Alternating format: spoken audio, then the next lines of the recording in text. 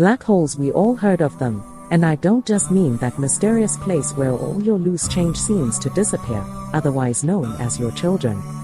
I'm talking about that region of space with a gravitational field so intense that no matter radiation or even light can escape it.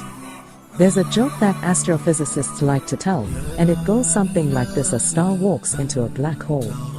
But it doesn't seem phase. The black hole turns to the star and says, "Sir, I don't think you understand the gravity of this situation," but as with most jokes, carry a ring of truth to them.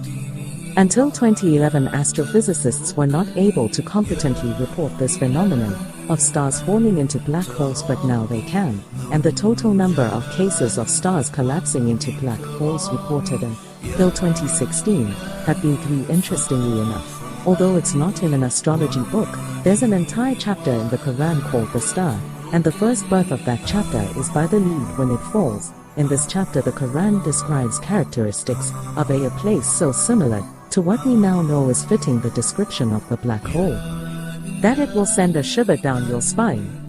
In the Islamic faith, it is believed that God granted Prophet Muhammad a memorable trip to the heavens. This trip was miraculous, of course, as there was no technological way that the Prophet could have taken such a journey at the time, seeing as how planes hadn't even been invented, let alone rocket ships.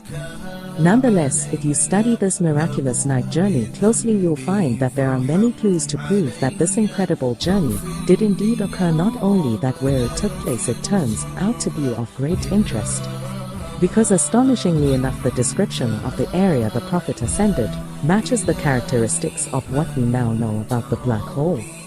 So let's look at what we now know about the black hole through the recent discoveries of science and compare it to the mysterious area that Quran describes in its pages as part of this miraculous night journey the Prophet took. Firstly, in verse 16 of chapter 53, the Quran describes this place in space as very dark.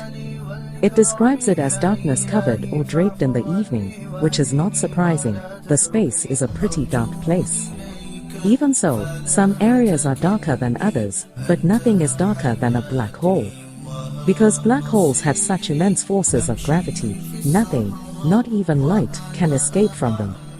That's why they're black, and because they're black, they are veiled from direct observation.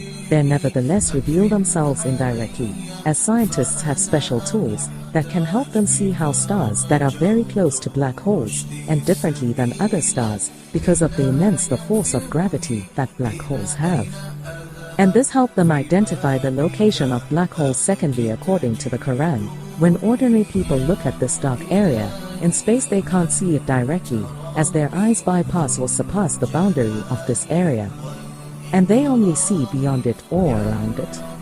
It's almost as if this area behaves as a lens. Science, it turns out, it has a term for this called a gravitational lens. Let's take a closer look. We usually think of light traveling in straight beams, but near a black hole the powerful force of gravity bends and warps rays of light around it, creating a visual imprint on the surrounding material. Astrophysicists have proved that a black hole bends light to act like a cosmic magnifying glass, giving astronomers a view of an even more distant galaxy behind it.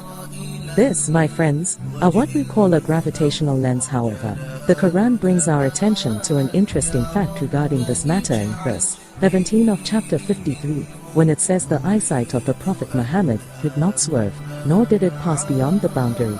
He certainly saw it as one of the most significant signs of his Lord. But this verse be alluding to the fact that the Prophet Muhammad actually visited the black hole and looked at it directly. Thirdly, the Quran describes his areas shaped wide at the top with sloping sides, and a narrow tube at the bottom, almost funnel-shaped. In verse 14 of chapter 53, when it says, by the finite juju tree, is likened to the shape of a juju tree, which fits the same description as the one I just mentioned.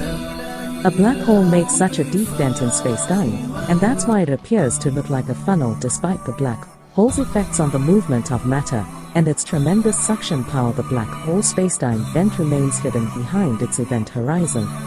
But it's always surrounded by an area that does not allow light to escape and therefore cannot be directly observed. And fourthly, once again in verse 14 chapter 53, by nitrogen 2 tree, the Quran reveals that this area is finite. So how do his claims back up with science until recently? It was assumed that black holes had such an infinite strength of the gravitational field that occurs deep within them, ensuring that nothing, not even light, can ever escape them, and a trip into a black hole is a one-way journey once you cross the event horizon, the point at which light can't escape. There's no turning back, but researchers such as George Pullen, Rodolfo Gambini, and Jared Hook have recently been able to prove otherwise and show that energy can escape the black holes, and the black holes are finite. This essentially means that black holes don't end in an influence entity, but rather act as a portal to another universe. The acclaimed British physicist, Professor Stephen Hawking, supports this claim and suggests that there could be a way out of the black hole.